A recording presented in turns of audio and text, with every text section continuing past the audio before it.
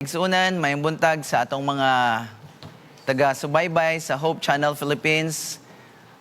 Akong ginapasalamatan ang Ginoo sa panahon nga iyang gihatag kanako nga makig-uban kaninyo. I bring greetings gikan sa School of Theology sa Mountain View College sa Valencia City, Bukidnon. No? O akong ginapasalamatan ang atoang mga kaigsunan, ang mga theology students nga kuyog kanako ni ining mga panahona, og ako usab ginapasalamatan ang inyong panahon nga magatuon kita sa balaang pulong sa Ginoo. Ang atong suheto karon nga buntag mao ang kindness. Ang kindness, mga kaigsunan, mga higala, mga kapaglaom, usa ni siya sa mga fruits of the Holy Spirit, no? Ang hubad sa kindness sa Bisaya daghan kaayo. Pagkamalulot, pagkamaayo, pagbuhat og mga butang nga maayo sa atubangan sa Ginoo. Kabalo mo, mga kaigsunan, mga higala, kindness is actually very important sa atong mga panahon karon. Usa ka adlaw ni ana, ang akong asawa ni adto mi sa Robinson's Mall, one of the malls dito sa Silang, Cavite. Samtang kami nagalinya kay bagko pa man mi naabot ni anang lugara dito sa Silang, Cavite, nagtuo mi nga ang among card kay na yung ginatawag nga debit card naa na siya sulod. So samtang kami nagalinya, nagatanaw sa taas nga linya, nakaabot na gyud mi dito sa counter. Sa dihang nga punch na sa maong cashier ang tanan namong gikuha gikan sa shelf sa supermarket, unya iya nang gipangayo ang among card. Sa diha nga iyang gipunch ang among card, naunsa man ang butanga nga ang among card nag-ingon man nga invalid. Unya gipangayuan mi og cash sa cashier, pagtan-aw nako sa kompitaka, uy dili man gyud mag-igo ang kwarta nga naka sa akong pitaka aron ibayad sa mga items nga among gipanguha.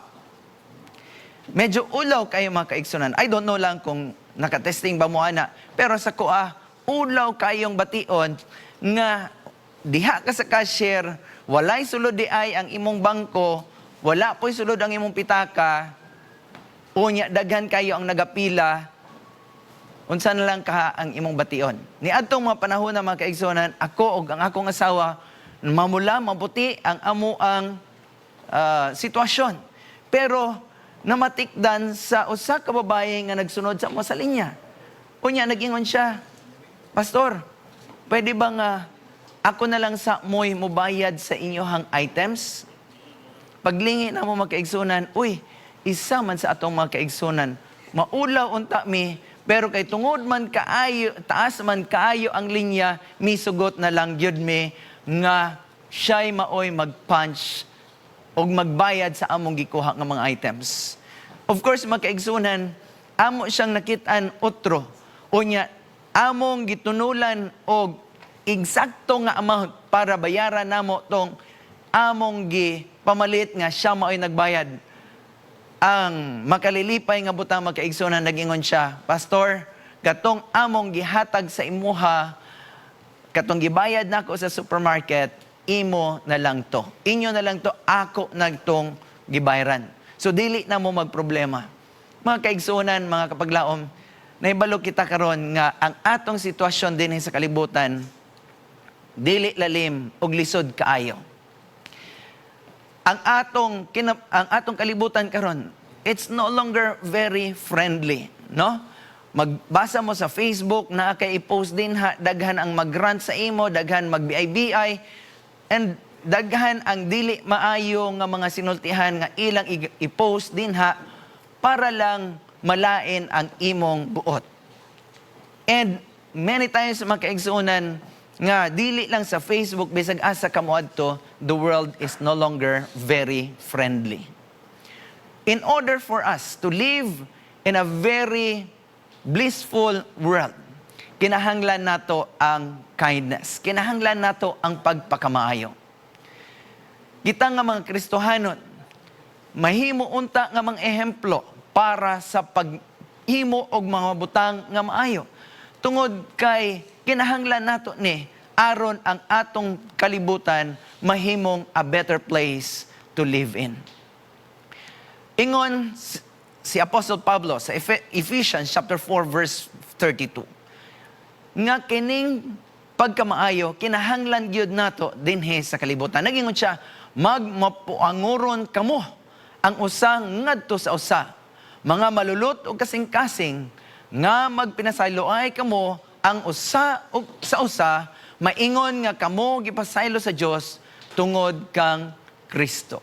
Kinahanglan nato mga kaigsunan ang pagpakamaayo, dili lang sa atong pinalangga, kundi sa tanan, no? Sa usag-usa, kinahanglan nato kini aron ang atong kalibutan mahimong maayong lugar nga atong puy-an habang nagahulat kita sa pagbalik ni Ginoong Hesukristo. Ang definition sa kindness, mga kaigsunan, mao ni, ingon siya, ang kalidad sa kaluoy o pagka manggihatagon, kanaiya sa pakiglabot sa Dios ngadto sa mga mahuyang o kabos, o gipangayo sa mga magtotoo. Ang kaayo gipakita usab sa mga pulong o mga buhat ni Kristo. Now, tan-awon nato ang definition sa kindness din mga kaigsunan. Akong gi-highlight ang mga words or ang mga pulong nga adunay kalambigitan sa pagkamaayo. Alright? Una diha, nag-ingon, pagka manggihatagon. Ang pangutana karon, naghahatag ba ta? Yes or no? Yes or yes? Well, ang uban sa toa, manggihatagon. Pero sometimes, kung maghatag ta, naguna-una ta nga, ang katong atong gitagaan, iyang ibalik sa lahi namon nga paagi ang atong gihatag. Unsa pa gyud? Nag-ingon siya diha, pakiglabot.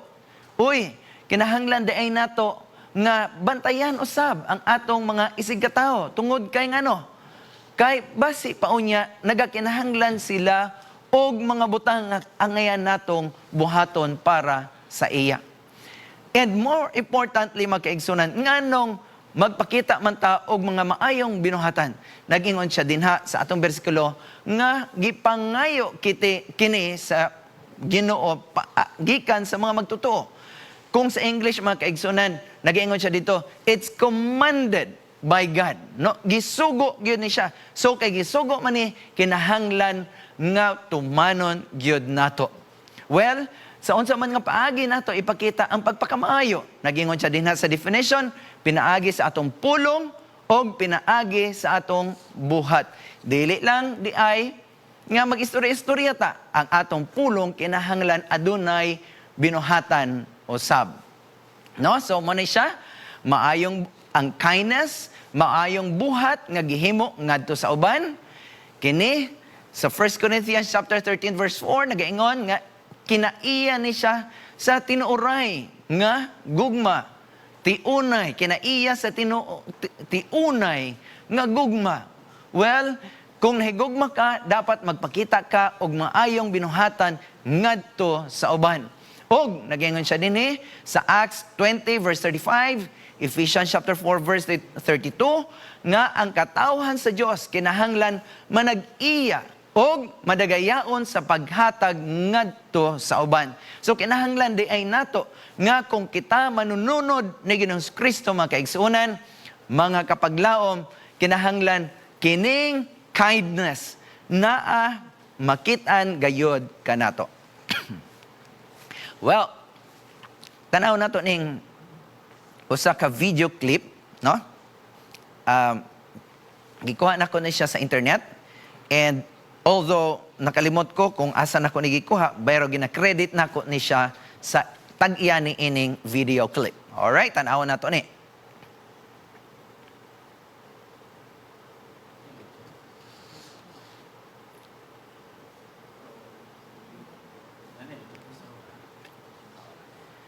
Okay, so nakita nato ang video, no? Unsay gihimo dito.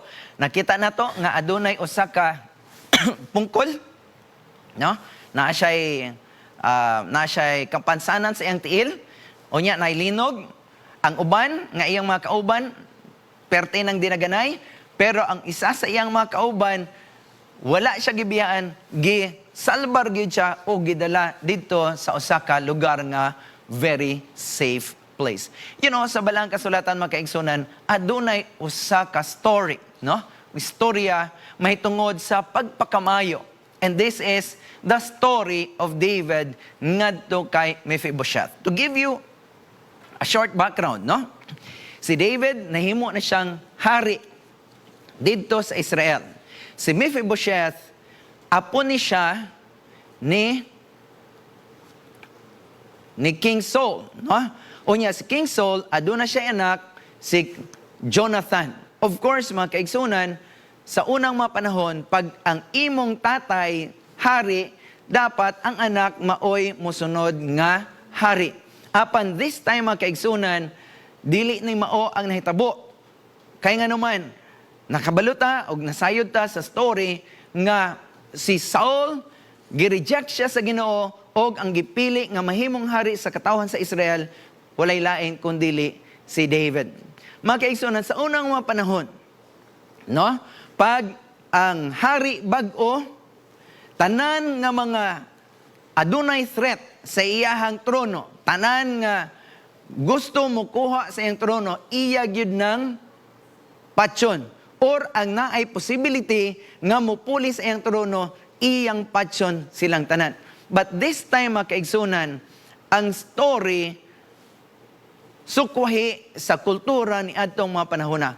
Kaya nga naman, si David nga hari, iyang gipangita ang mga anak sa iyang amigo nga si Jonathan.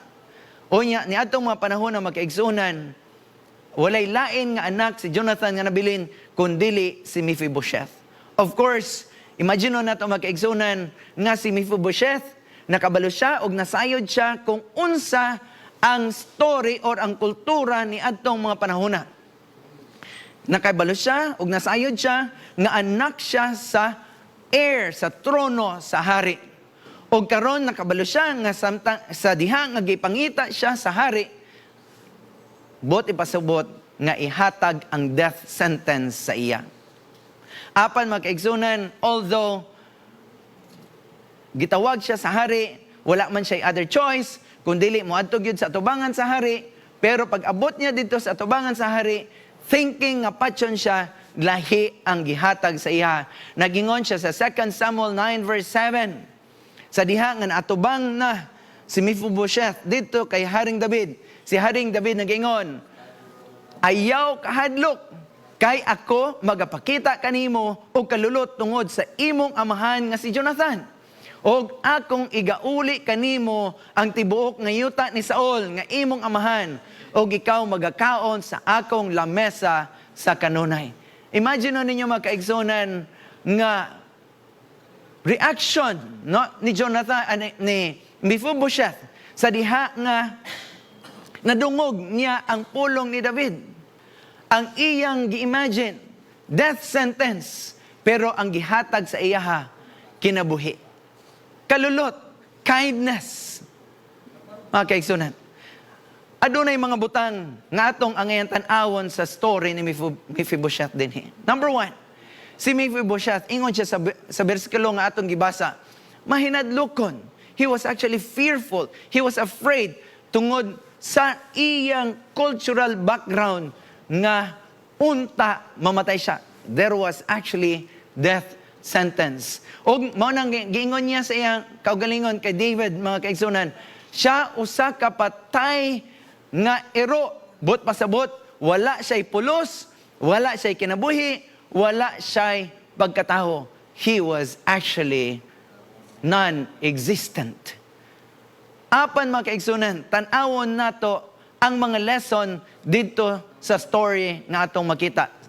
Labi na sa story ni Mephibosheth. Number 1, hinumduman nato nga kitang tanan susama kay Mephibosheth. Kitang tanan gitagaan og death sentence. Dili ba?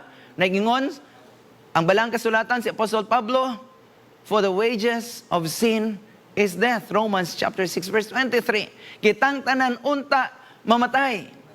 Tungod sa atong pagkatao nga makasasala, masalaypon, o kita usab mga mahadlokon. Unya, nganong mamatay man ta, tungod sa atong relasyon nga nahimulag sa panag-uban sa Dios. Tungod sa atong mga sala, ang atong relasyon ngadto sa Ginoo nabulag kita. Kaya nga naman, dili angayan ang magkasasala nga tao muatubang sa Ginoo. Mao ni ang atong sitwasyon. However, susama sa nahitabo kay Mephibosheth mga kaigsunan, gipakitaan siya og pagkamaayo ni David. Kita usab gipakitaan og pagkamaayo sa Dios. Gibalik niya ang atong relasyon kaniya. Although separated na unta ta tungod sa atong pagpakasala, iyang gipadala ang iyang bugtong nga anak dinhi sa kalibutan. Aron ang atong relasyon ngadto sa Ginoo masiguli. Unya dili lang kana mga kaigsunan, aron masiguli ang atong relasyon, iyang gibayran ang tanan natong mga utang dinha sa atubangan sa Ginoo. Sa diha nga iyang gibayran ang atong mga utang, sa diha nga gibayran ni Ginoong Kristo ang atong utang diha sa atubangan sa Ginoo, gibag-o niya ang atong makahimtang, dili na ta mamatay. Kay ang kamatayon nga dapat ato giangkon na ni Ginoong Hesukristo. Sa diha nga giangkon ni Ginoong Kristo ang kamatayon nga dapat ihatag kanato na bag-o ang atong kahimtang. Dili na ta walay pulos, dili na ta walay pagkatawo, kundi gihimo tang mga anak sa hari, gihimo tang mga anak sa Dios. Kanindot ba nga sitwasyon mga kaigsunan sa pagmaayo sa Dios? So, tanawon po nato, nag-ingon siya dinhi sa diha nga nahimo tang mga anak sa Dios, gihatag usab niya tanan ang mga panalangin sa atoa. Ang tanan nga atong kinahanglan gihatag balik sa Ginoo sa atoa. Kanindot nga paghigugma sa Ginoo sa atoa. Kanindot sa pagkamaayo sa Ginoo sa atoa. Nga dapat totally wala na gyud tay existence, pero nahimo tang mga anak sa Dios, gi-provide usab ang tanan natong mga kinahanglan. Nganong maghimo man gyud ta og pagpakamaayo. Adunay mga gamay nga suhetong akong i-share sa inyo mga kaigsunan niining buntaga. Sa 2 Samuel 9 verse 7 naging siya, ang imong mabinationg mga lihok mahimong mapuslanon sa mga mosunod kanimo. Atong balikon tong atong gibasa nga verse ganiha. No? Nagingon siya nga si King David, no? Kay ang iyang higala nga si Jonathan, maayo man kaniya, iya lang gibalik ang pagpakamayo ngadto sa anak sa iyang higala nga si David. Mga kaigsunan, hinumduman nato nga kung kita magahimo og maayo sa ubang mga tao, dili man siguro ta makadawat og pagpangmaayo sa atong kinabuhi, but then hinumduman nato ang atong mga anak, ang atong mga higala, ang atong mga pamilya, mao sila ang mag-ani sa atong maayong binuhatan. Ganahan ba mo ana nga ang atong mga pamilya muani sa mga binuhatan natong mga maayo? Yes, of course. Ikaduha mga kaigsunan ninyo siya, ang makalilipay nga mga pulong makaayo sa una-una og kalag. Proverbs 16:23 to 24. Ang kasing-kasing manggialamon nagapahamangno sa iyang baba o nagadugang sa kinaadman sa iyang mga ngabil. Ang makalilipay nga mga pulong ingon sa usa ka udlan sa dugos, matami sa kalag o makapalig-on sa mga bukog. Makaigsunan, ang atong maayong mga binuhatan, ang atong maayong mga pulong, makapalig-on sa kalag sa tao. Makainomdom ko sa usa ka storya nga adunay usa na-admit sa COVID-19. Sa diha nga nagbisita ang doktor sa iyahang kwarto, gipangutana niya ang doktor, "Dok, maayo ka ko sa COVID?" Ingon ang doktor, "Ay, tan-awon lang nato day, kung mabuhi pa ba ka or dili." Ang pasyente in tawon perting luuya. Kaya nga naman, nangutana siya kung mabuhi pa ba siya ngadto sa doktor. Pero ang iyang gihuna-una nga aduna siya assurance gikan sa doktor, dili man maayo ang tubag. Imbes nga mabuhi siya, na-depress sinuon siya mga kaigsunan. Apan makalilipay nga sitwasyon tungod kay ang kini nga pasyente dili lang usa ang iyang doktor, duha ang iyang doktor. Paggawas ni adtong usa ka doktor nga wala naghatag og assurance sa iyaha, wala nagpadasig sa iyaha, gisundan siya sa usa ka doktor. Unya ang pasyente nagingon, "Dok, mabuhi pa ka ko." Gitan-aw siya sa doktor og ayo, "I die. Gamay ra na imong sakit. Daghang nabuhi sa imuhang sakit." So kini nga pasyente pagdungog niya nga, "Oy, daghan man daay nabuhi." So ang iyang gihimo, imbes nga kamatsunon siya, nitindog siya, unya nangitag pagkaon kay ingon siya, "Mabuhi pa man daay ko." Mga kaigsunan, mga higala, mga paglaom, bantayan nato kay ang atong mga paulong either makapadepress sa ubang tao or makapalig-on sa mga bukog. Kinahanglan nato nga maghimo og kaayuhan tungod kay makapabuhi kini sa kalag sa ubang mga katawhan. Ang atong makuha ang atong gibutang sa kalibutan usab. No, dili lang sa atong mga pinulungan. Apa nagingon siya dinhi nga kung unsa ang atong gibutang diha sa kalibutan, mubalik usab sa ato. Kung naghimo tag maayo, mubalik pod ang kaayuhan sa atoa. Kung naghimo ta og kadautan, mubalik sab ang kadautan kanato. Proverbs 21:21 nagayon siya, "Kadtong magasunod sa pagkamatarong og sa kalulot, makakaplag sa kinabuhi, pagkamatarong og kadungganan." Mga kaigsunan, gusto ba nato nga makaangkon og kadungganan? Gusto ba nato makaangkon og honor? Gusto ba nato makaangkon og kinabuhi? Well, yes, maghimo ta og kaayuhan. Maghimo ta og mga maayo sa ubang katawhan. Kaya nagingon siya sa Proverbs 11:17, "Atong dauton ang atong kaugalingon kung dili kita muhimo og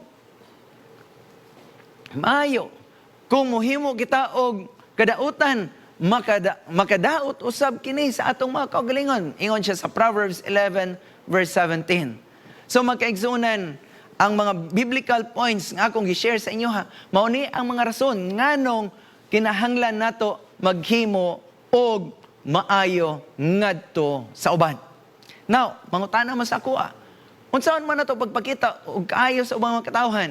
Well, ang uban sa tuwa naguna-una nga maghimo kitag kaayuhan. Pero ang pangutana nato usahay kang kinsa man.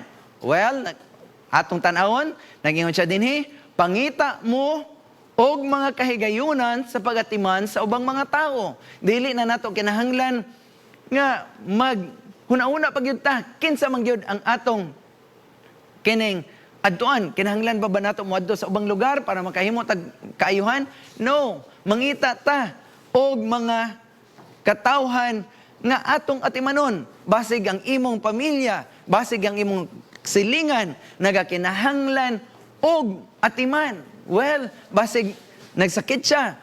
Usahay mga kaigsunan sa sulod sa atong iglesia, nagatanaw ta, asa naman to si sister?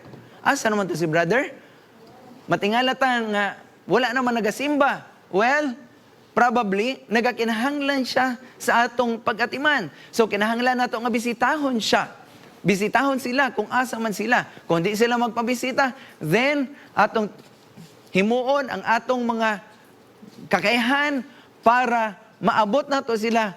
Probably pinaagi sa atong pagampo or probably magpadalatag mga pagkaon ngadto sa ilaha para lang atong mahimo ang pag-atiman sa ila. Ikaduha mga kaigsunan, bantayan, kinahanglan usab nato nga buhaton nato ang gusto natong buhaton sa tanan sa usa ka tawo. Magsugod ta sa usa. Dili nato kinahanglan nga daghan gyud ang atong himuan og pagpakamayo. Dili gyud kinahanglan nga grupo ang atong tagaan og pagpakamayo. Pangita tag usa og kanang usa at imanon nato og ihatag nato tanan kaniya ang pagpakamayo.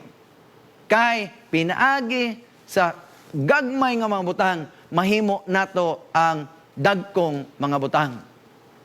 Ikatulo, mga kaigsunan, nagingon siya sa Lucas 6, versikulo 31, nga tagdon nato ang uban sama sa atong kaugalingon. Busa sa tanang butang, nagingon siya, buhatang ngadto sa uban ang buot ninyo nga ilang buhaton kaninyo, kay kini nagalangkob sa balaod o sa mga propeta. Mao ni siya ang ginatawag nga golden rule. Do unto others what you would like others do unto you. Di nata maghulat og mga dagkong mga butang, mga kaigsunan. Himuon lang nato ang atong mga kakayahan. Himuon lang nato ang naa sa atong una-una nga maayo para mapalipay natong ubang mga katawhan. Kung unsa imong gusto himuon sa imuha, himua usab sa uban.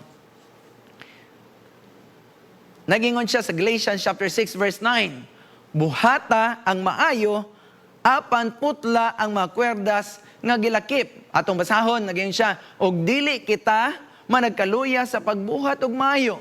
Kay sa tukma nga panahon, kita magaani kung kita dili muhunong. Mga kaigsunan, ang Galatians 6 verse 9 nagingon sa tuwa, nga magbuhat kita og maayo. Dili man nato maani karon dayon, apan maani nato na siya later, no? Basta dili lang gyud ta muhunong. But one thing diri, mga kaigsunan, pag maghimo ta og kaayuhan ngadto sa uban, maghimo tag kindness sa uban, cut the strings attached. Okay? But pasabot, ayaw na gyud ninyo gimuan ng ayaw na mo guna-una nga ibalik pa gyud na sa inyo ha ang inyong gihimo. Take note, mga kaigsunan, cut strings attached. Alright? Busa. Okay? Sunod. Nagyon siya din ipakita ang gugma o pagka mabination bisan sa mga dili sama kanato. Acts 28 verse 2, maning experience ni Apostle Paul, nagyon siya, ang mga lumad nagpakita kanamog talagsaong kaluoy, kay naghaling sila og kalayo, og nag-abi-abi kanamong tanan, kay misugod naman sa pag-ulan ang og tugnaw. Mga kaigsunan, kung maghimo ta og kaayuhan, dili ta mamili kung kinsa ang atong himuan og kaayuhan. Bisan kinsa dinha, pareha man natog color, pareha man natog kinaiya, pareha man nato og mga dagway, dili na ta mangitaan na. Himuon nato ang kaayuhan ngadto sa bisan kinsa nga atong makitaan sa atong kinabuhi. Kay so sama sa nitabo kay Apostle Paul, ang mga lumad nagpakita sa ilahang talagsaong kaluoy. Remember, mga kaigsunan, nga ang kaluoy nga gihatag ni Apostle sa mga katauhan kay Apostle Paul nibalik usab kanila. Then nagingon siya din, gamita ang mga pulong sa pagdasig, dili paglumpag. Ephesians 4 verse 29, nagingon siya, kinahanglan walay sulting mahilas nga magagula gikan sa inyong baba, kundili kanang mga maayo lamang nga makapalig-on og angay sa higayon, aron makahatag kinig kaayuhan ngadto sa mga magapatalinghoג. Words are very, very important, mga kaigsunan. Kaya nga naman, ang words nato, either makadalang ngadto sa kalaglagan or makahatag og kinabuhi ngadto sa uban. Words.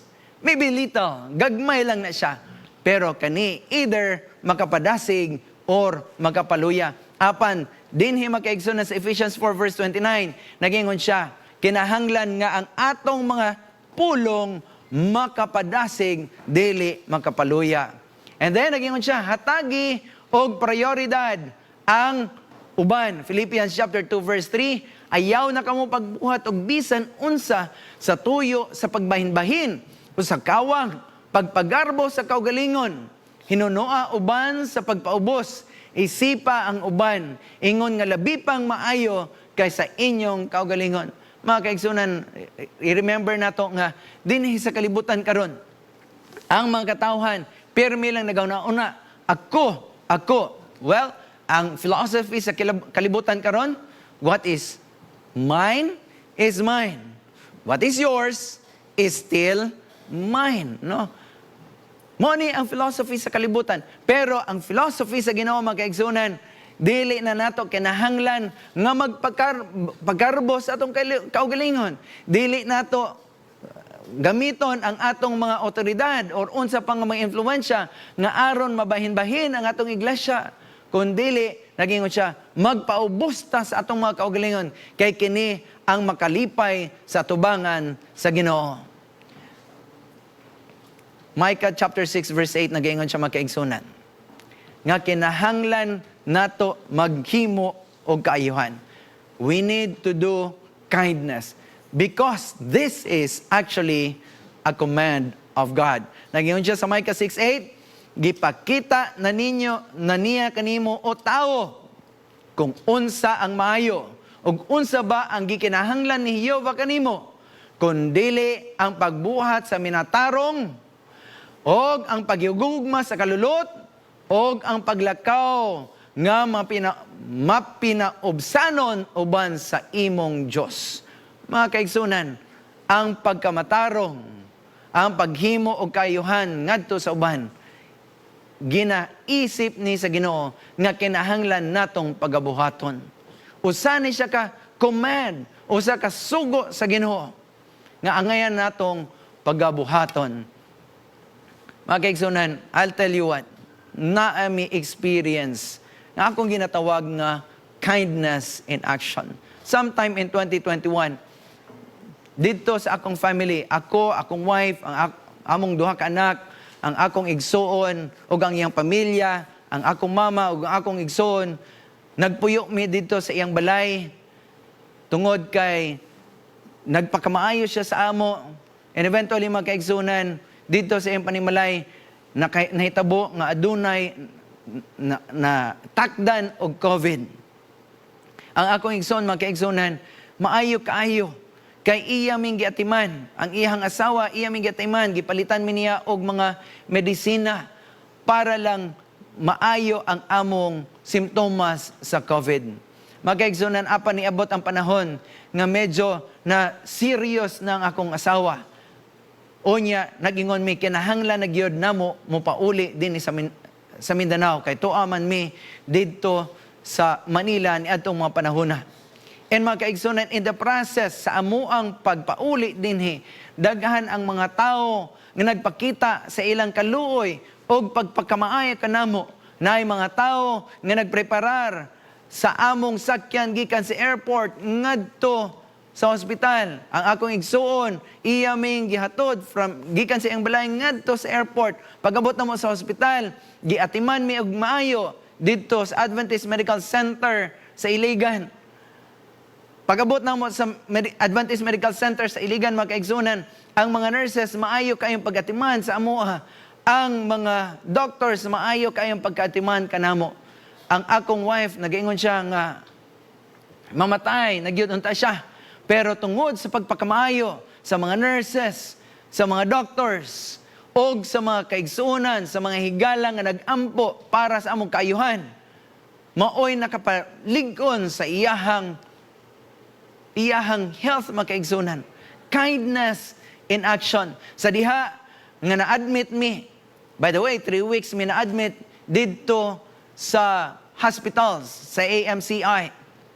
Sa diha nga na-admit kami mga kaigsunan, nasayod man sila nga dili mi makagawas sa ospital kay COVID man gani, bawal ang mugawas. So ang gihimo nila mga kaigsunan sa mga nurses, sa mga workers dito sa AMCI, nagpadala sila og mga pagkaon, nagpadala og mga sinina, nagpadala og mga toiletries and everything nga kinahanglan namo, bisan pa ang mga butang angayan namong gamiton sa among admission. Mga kaigsunan, nindot kaayo nga feeling kanamo. Kay pag-abot namo mga kaigsunan, tungod sa mga pagpakamaayo sa tanan nga involved sa among recovery dito sa among admission, ilang gipakita ang pagpakamayo, mauna nga nabuhi gyud mi. Mga kaigsunan, ako mong hagiton nga kung gusto nato nga mahimong maayo ang atong kalibutan, ang atong gamay nga kalibutan, maghimo ta og kaayuhan ngadto sa uban. Hinumduman nato nga ang atong maayong mga binuhatan. Dili man galing mubalik sa ato, diha dayon. Apan hinumduman nato nga kini mubalik later on kanato. Remember nagingon sa balang kasulatan, your deeds will follow you. Mga kaigsunan, kindness is very important. Tungod kay pinaagi sa atong pagpakamayo, we can make this world a better place to live in. Let's pray. Dalaygon nga Diyos nga magkagagahom sa tunan. Nagpasalamat kami Ginoo sa imong pagpakamayo kanamo. Nasayod kami nga wala unta kami kaugmaon apan tungod sa imong dako nga gugma o sa imong pagpakamayo sa matag sa kanamo, imo kaming gitagaan og panibag-o nga kinabuhi. Ginoong Diyos, ang hangyo ang balang espiritu nga tabangan kami usab sa paghimo og kaayuhan ngadto sa tanan. Mga kaila namo, dili namo kaila. Tabangi kami Ginoo nga bisan sa ginagmay namong binuhatan nga maayo, makaangkon usab sila og kinabuhi. Dili lang kinabuhi dinhi sa kalibutan, apan makaangkon sila og kinabuhi nga walay katapusan. Kay pinaagi sa among mga binuhatan nga mga maayo, makita nila si Ginoong Kristo sa among matag usa ka kinabuhi. Tabangi kami Ginoo nga mahimo ning among gamay nga kalibutan a better place to live in. Salamat sa imong dako nga gugma o sa imong pagpakamayo, kining tanan among ginadawat, tungod lamang sa ngalan ni Jesus, kamo maluluwas. Amen.